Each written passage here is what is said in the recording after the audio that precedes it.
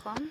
I am Dr. Sidra. Today we will discuss about the HIV in pregnancy from the BASH guideline, and it was updated in 2025.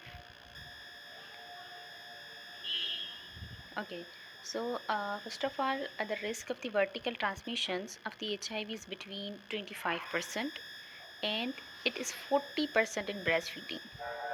In UK, the risk of the vertical transmission for the women who are taking the ART and avoid the breastfeeding, the risk is about 1%.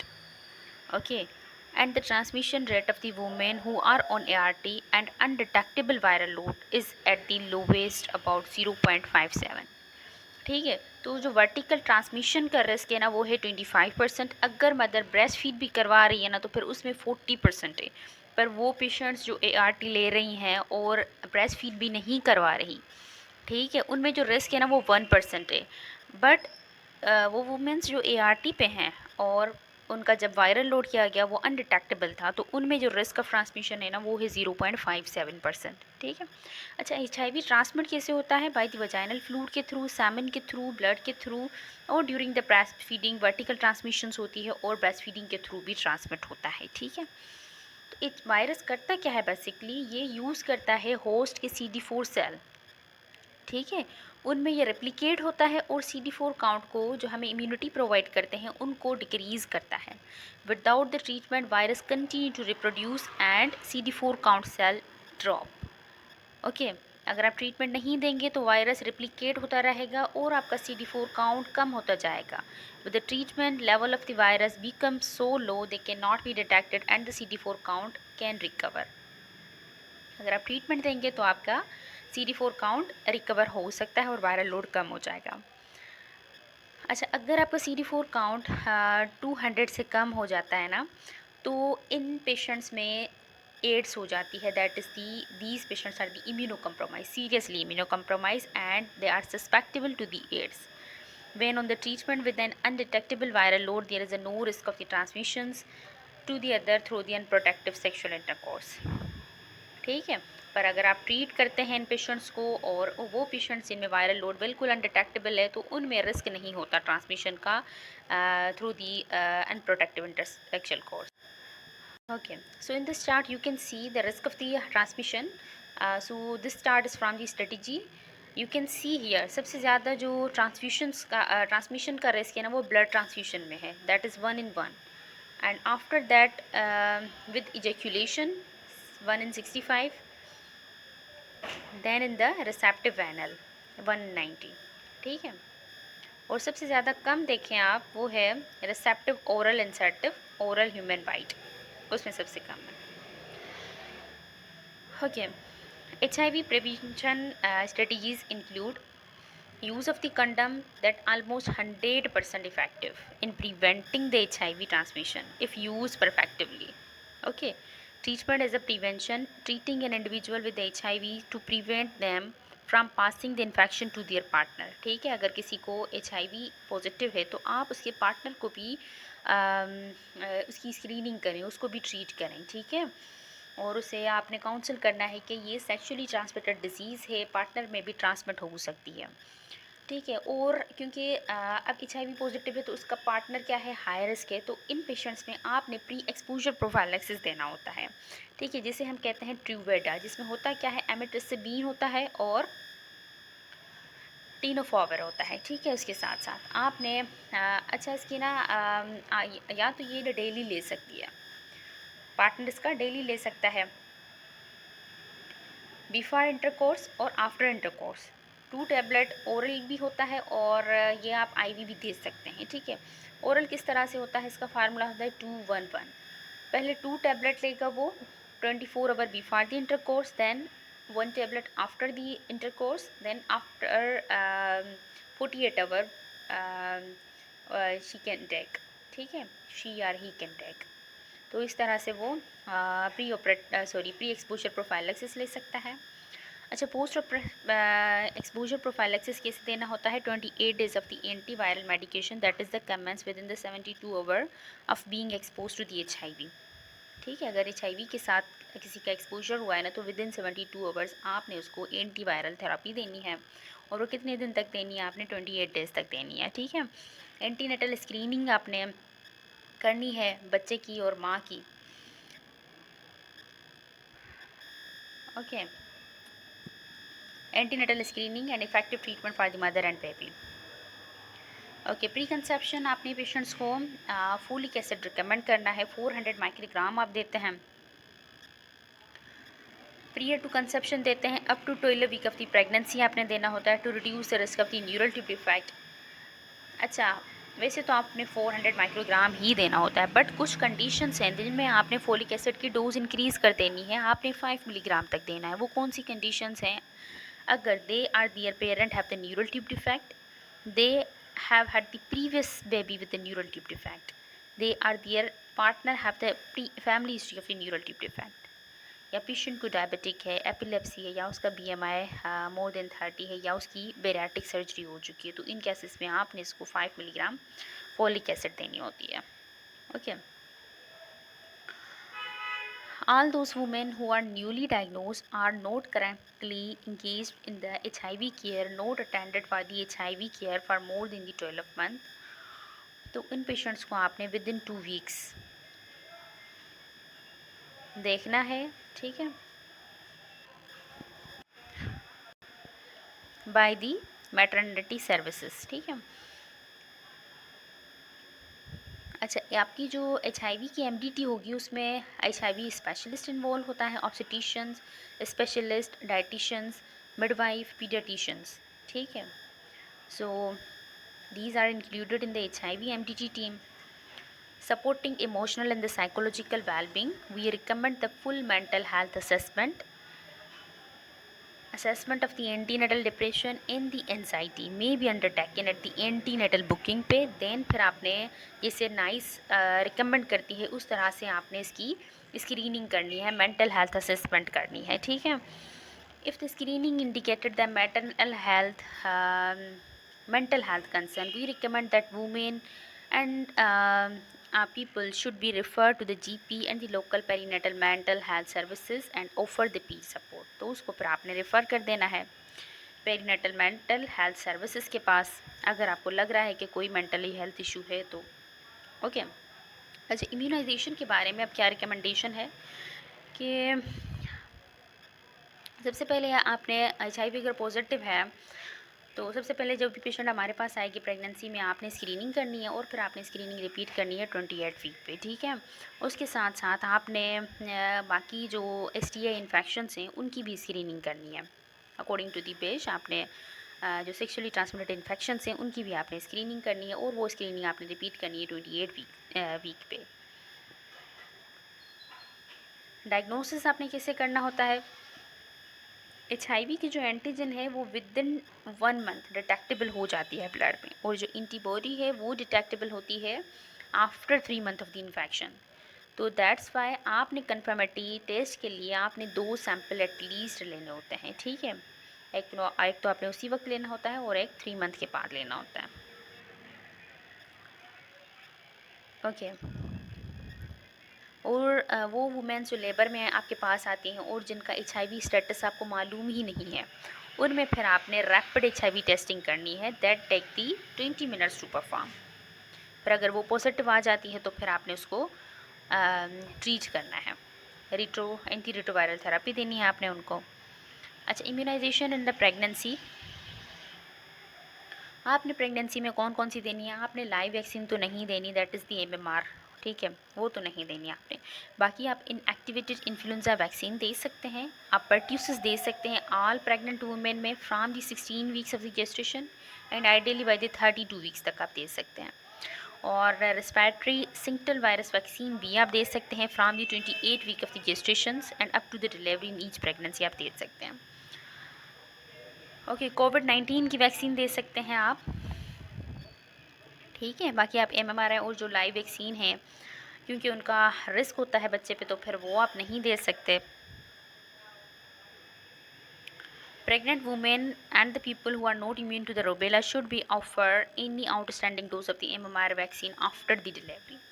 MMR आप delivery के अगर आपने किसी patient को MMR दी है ना, तो फिर आपने प्रेगनेंसी अवॉइडेड करनी है फॉर एटलीस्ट 1 मंथ तक। ठीक है, तो आपकी एआरटी थेरापीज़ में क्या क्या इंक्लूडेड है? Nucleotide reverse transcriptase inhibitors, non nucleotide reverse transcriptase inhibitors, protease inhibitor and integrase inhibitor और booster dose. These are included in the antiretroviral therapy. अच्छा, प्रेगनेंसी में आपने कौन सी ड्रग थेरेपी देनी है? आपने ट्रिपल रिजीम देनी है। जैसे ही पेशेंट की एचआईवी पॉजिटिव आती है, एज सून एज पॉसिबल आपने स्टार्ट कर देनी है। आपने टिमोनोफेवर, एमिट्रिसिबिन और उसके साथ साथ आप उसको दौलत देते हैं। ठीक है, अगर आप ये थेरेपी नहीं दे रहे तो फिर आप टेनोफेवर, एमिट्रिसिबिन और उसके साथ आप एबाकेवर दे सकते हैं। ठीक है, और अगर ये भी रेजिस्टेंस है तो फिर आप रेल्टागेवर दे सकते हैं एज अल्टरनेटिव रिजीम।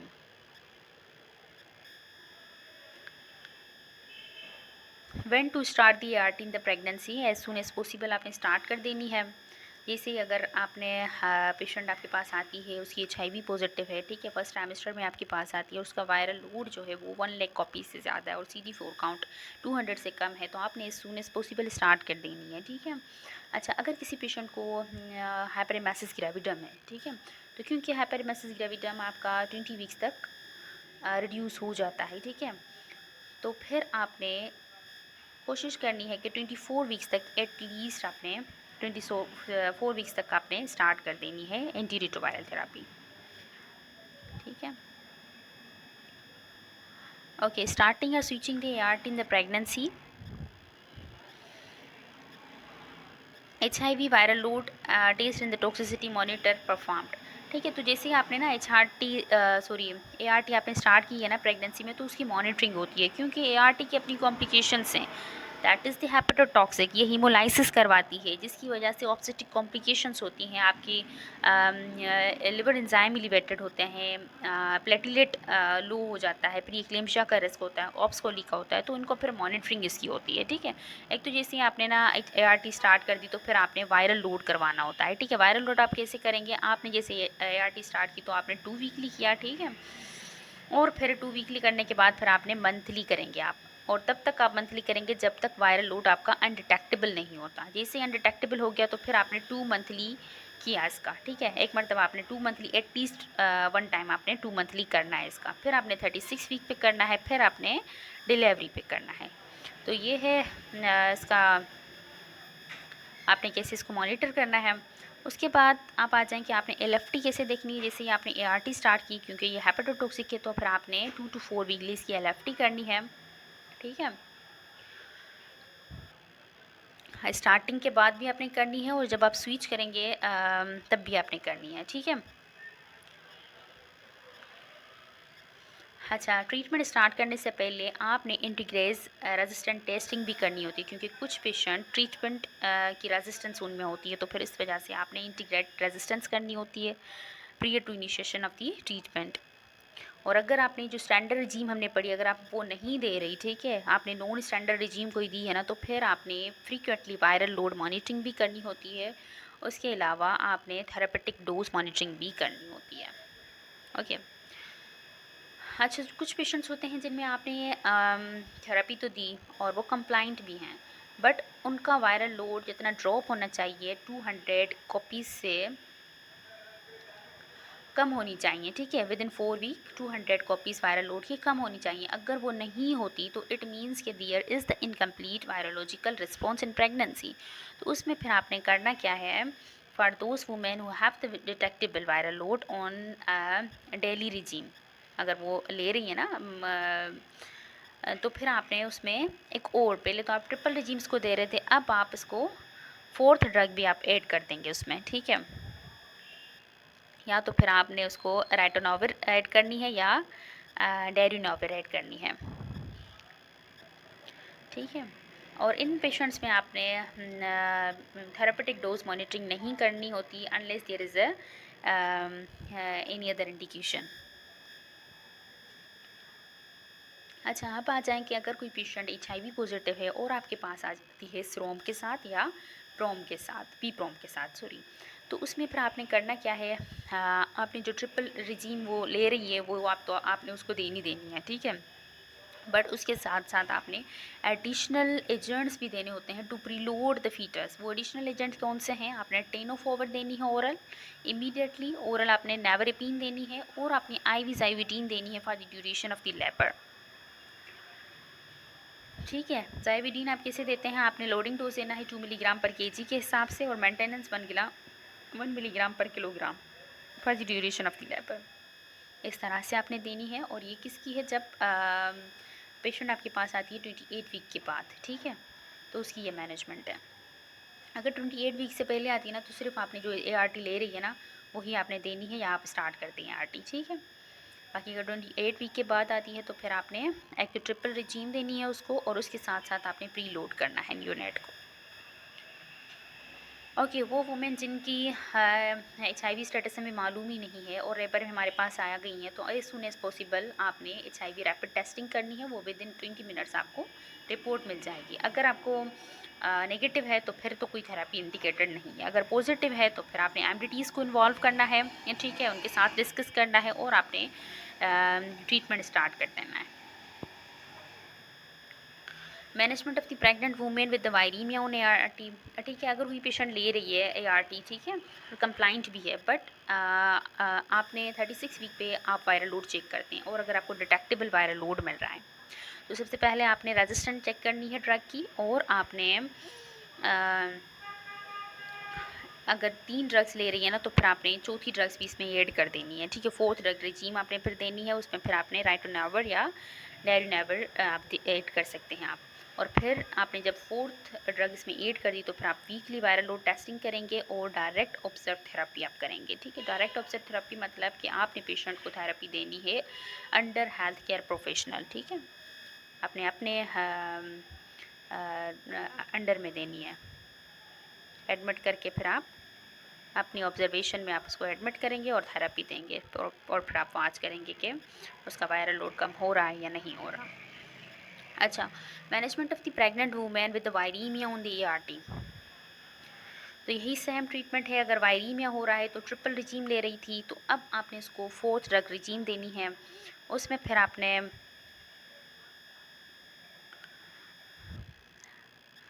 दौलत और tenofovir and single dose including the नेवरेपिन।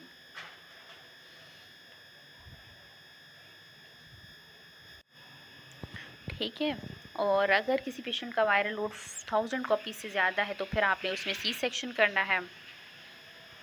और अगर कोई पेशेंट ऑलरेडी ART ले रही है और जिसमें वो टेनोफोवर ले रही है तो फिर आपने टेनोफोवर का डोज डबल कर देना है अगर पेशेंट को वायरीमिया है ART लेने के बाद भी, और आपके पास लेबर में के दौरान आ गई है ना, तो फिर लेबर के दौरान आपने टेनोफोवर का डोज डबल कर देना है।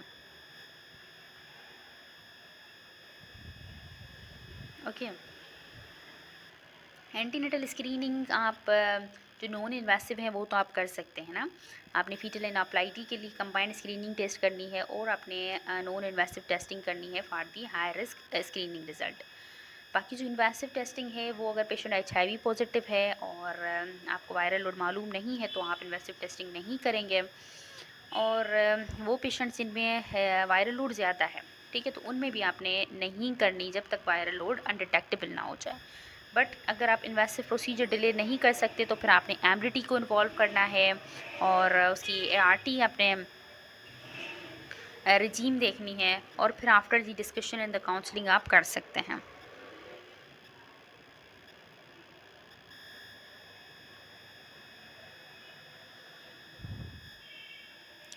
ओके, ECV की कोई कंट्राइंडिकेशन नहीं है। अगर वायरल लोड आपका 50 कॉपी से कम है तो आप ECV कर सकते हैं, क्योंकि HIV अगर किसी प्रेग्नेंट वूमेन को है तो उसका बच्चा मॉडरेट रिस्क पे है फॉर दी IUGR, तो इनमें फीटल मॉनिटरिंग होती है, और so there is a fetal surveillance in these patient, and we recommend the referring the pregnant women, people living with the HIV to a clinician with an interest in the preterm birth prevention if additional risk factor for the preterm birth present. अच्छा, अगर pre labour सिरोम हो जाता है किसी patient को, ठीक है, तो उसमें फिर आपने करना क्या है, अगर ट्रम्प पे होता है ना तो आपने डिलीवर कर देना है विद इन 24 आवर, ठीक है। अगर आप देखेंगे कि क्योंकि अगर सिरोम भी होगा ना तो सबसे पहले आपने वायरल लोड इसका भेजना है। अगर 50 कॉपी से कम है तो फिर आप इसने इसको इंडक्शन दे देनी है या तो फिर आप ऑगमेंट करेंगे, ठीक है। अगर इसका वायरल लोड 50 to 399 तक है तो फिर आपने सिजेरियन सेक्शन करना है। अगर 400 से भी ज़्यादा है ना तो फिर आपने कैटेगरी 2 सिजेरियन सेक्शन करना है, ओके। और अगर इसका वायरल लोड 50 कॉपी से ज़्यादा है ना तो फिर आपने ऑप्टिमाइज़ करना है आरटी रिजीम को to reduce risk of the vertical transmission. Viral load should be assess on the admission at the term pre labour or the serum, but the immediate management decision should be based on the most recent available viral load result. अगर कोई patient आपके पास आती है P प्रोम के साथ, ठीक है, तो सबसे पहले तो आपने उसका वायरल लोड भेजना है, ओके। और अगर पी प्रोम इसका होता है आफ्टर दी 35 वीक तो फिर time and mode of delivery is decide according to the MDT decide करेगी। पी प्रोम की मैनेजमेंट वही होगी जो सिरोम की होती है अगर वायरल लोड 50 कॉपी से कम है, ठीक है। अगर प्रीटर्म है ना तो फिर उसमें आपने streptococcus group B streptococcus prophylaxis देना होता है। अगर आपके पास 37 वीक से पहले आती है तो प्रीटर्म में आपने जीबी प्रोफाइलैक्सिस देना होता है। बाकी अगर वायरल लोड कम है और एआरटी वो 10 हफ्ते से ले रही है, ठीक है, तो इनमें फिर आप एक्सपेक्टेड मैनेजमेंट भी कर सकते हैं। आप प्रेगनेंसी को प्रोलॉन्ग करेंगे 37 वीक्स तक, एमडीटी को आप इन्वॉल्व करेंगे और जब तक आप कंजर्वेटिव मैनेजमेंट पे उसको रखेंगे तो आपने एरिथ्रोमायोसिन उसको देनी है।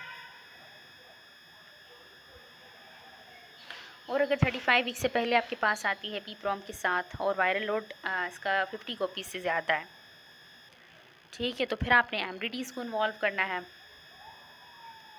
और आपने इन पेशेंट्स को आपने प्रोफाइलैक्सिस देना है जीबीएस का, ठीक है। और अगर जीबीएस कैरियर है तो आपने एक्सपेडाइट करनी है डिलीवरी और आपने कोर्टिकोस्टेरॉइड देनी है इन पेशेंट्स को और आपने एरिथ्रोमायोसिन देनी है।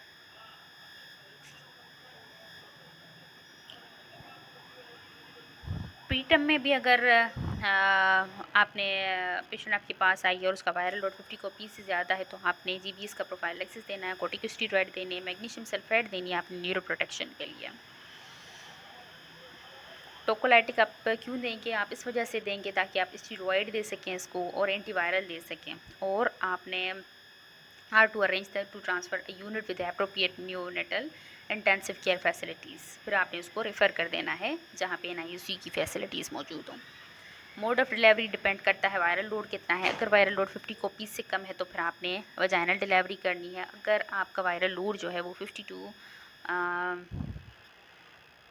399 तक है ना तो फिर आपने प्लान्ड सिजेरियन सेक्शन करना है और सिजेरियन सेक्शन करना है आपने कैटेगरी 2 जब आपका वायरल लोड 400 कॉपी से ज़्यादा हो।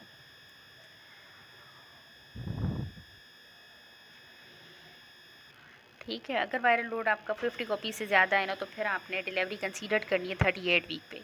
Induction and the pre-labor cesarean section undertaken when the plasma viral load is less than the 50 copies. The usual obstetric indication should apply the regarding the timing of the delivery, ठीक है।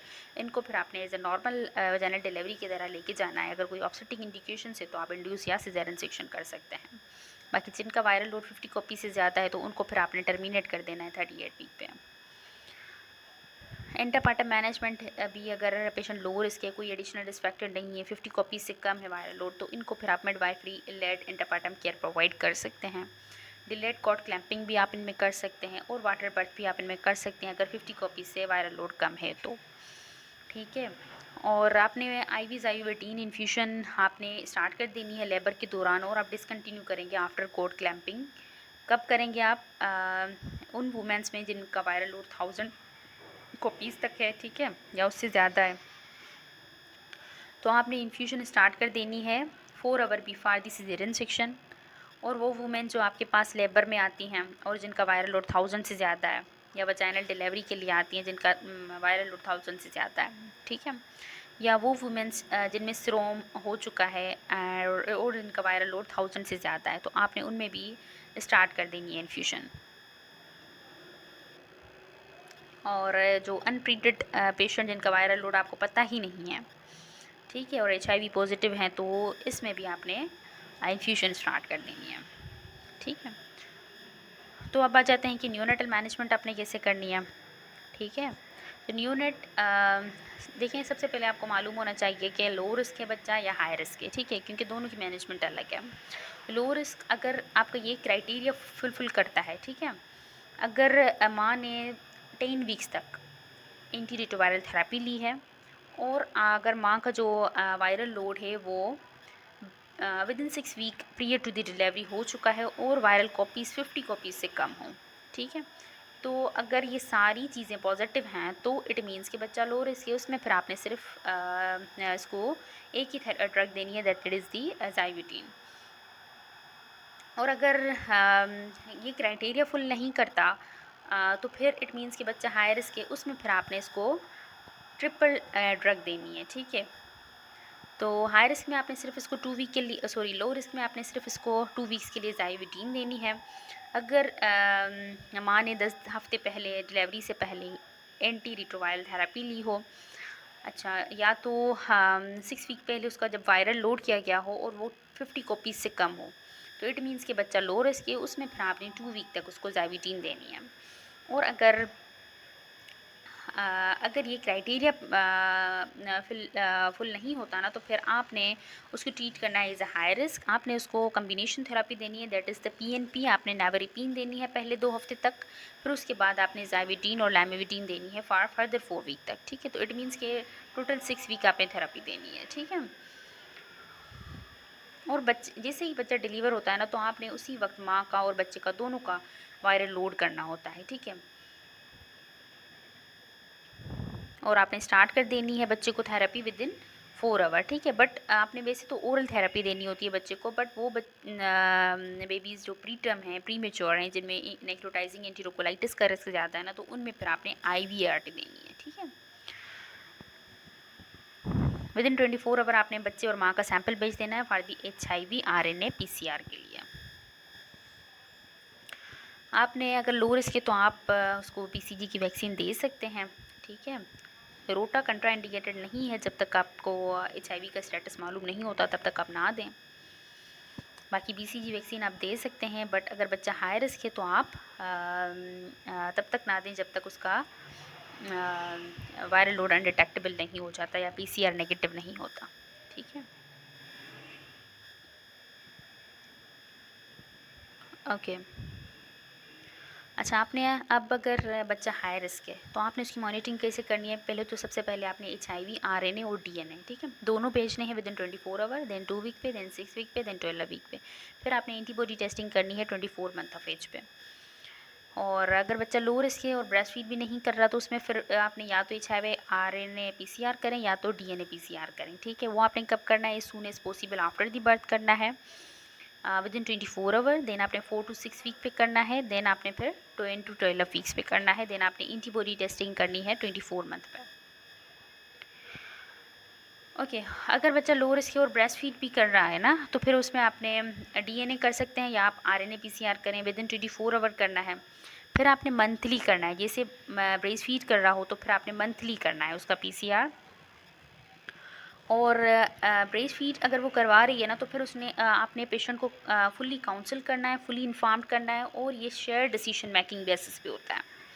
As long as the viral load monitoring to the mother, feeding parent is taken place monthly, as the interval between the infant testing during the breastfeeding cannot be exceeded to maximum 2 months, ठीक है। आपने every monthly करना है, 2 month से ज़्यादा नहीं होना चाहिए कि आपने नहीं किया उसका PCR, आपने मंथली करना है, ठीक है।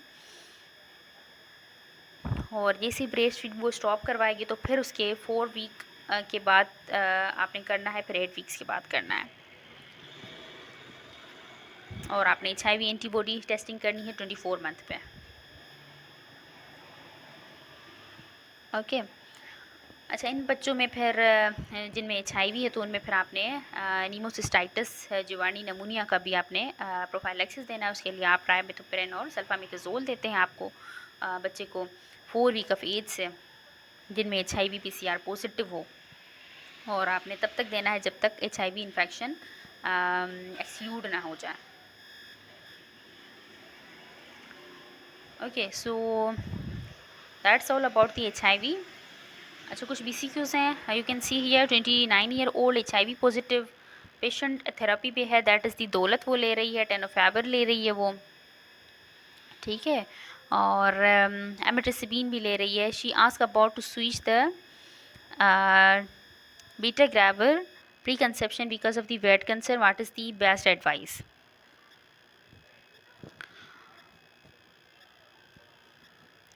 आपने अगर ये ड्रग थेरेपी ले रही है ना, तो और उसकी वायरल लोड देखें आप, कंट्रोल एज पे viral load less than 50 copies है, तो ये स्टैंडर्ड रिजीम है, तो ये कंटिन्यू करेगी करंट रिजीम, ठीक है। Don't switch unless the clinically required. Question number 2, patient present 30 to 4 week, newly diagnose of the HIV, viral load इसका अननोन है, पता ही नहीं है। मैं 34 वीक पे आपके पास आई है, तो आपने करना क्या है, 34 वीक पे आपके पास आई है, लैट प्रेगनेंसी में आई है, तो लैट प्रेगनेंसी में आपने इसको वही रिजीम देनी है, दौलत, एमिट्रिसिबिन और टेनोफेवर आपने देनी है immediately. So E is correct. Okay, अच्छा, पी प्रोम के साथ आपके पास पेशेंट आएगी 36 वीक पे, वायरल लोड उसका 50 कॉपीज से कम है और 10 वीक से ज़्यादा हो गए हैं, वो वायरल एंटीरेट्रोवायरल थेरेपी ले रही है। तो अब आपने करना क्या है, 50 कॉपीज से कम है, 36 वीक है, तो आपने पी प्रोम को फिर आपने ऐसे मैनेज करना है जैसे आप स्रोम को करते हैं, ठीक है। आपने इसको 37 वीक तक लेके जाना है, आपने इसको स्टीरॉइड देने हैं और आपने GBS प्रोफाइलैक्सिस इसको देना है। Okay, so A is correct here.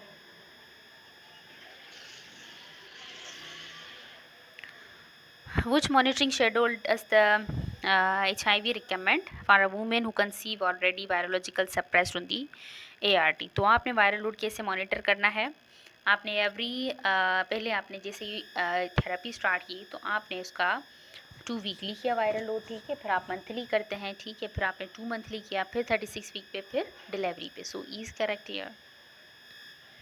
So that's all about it.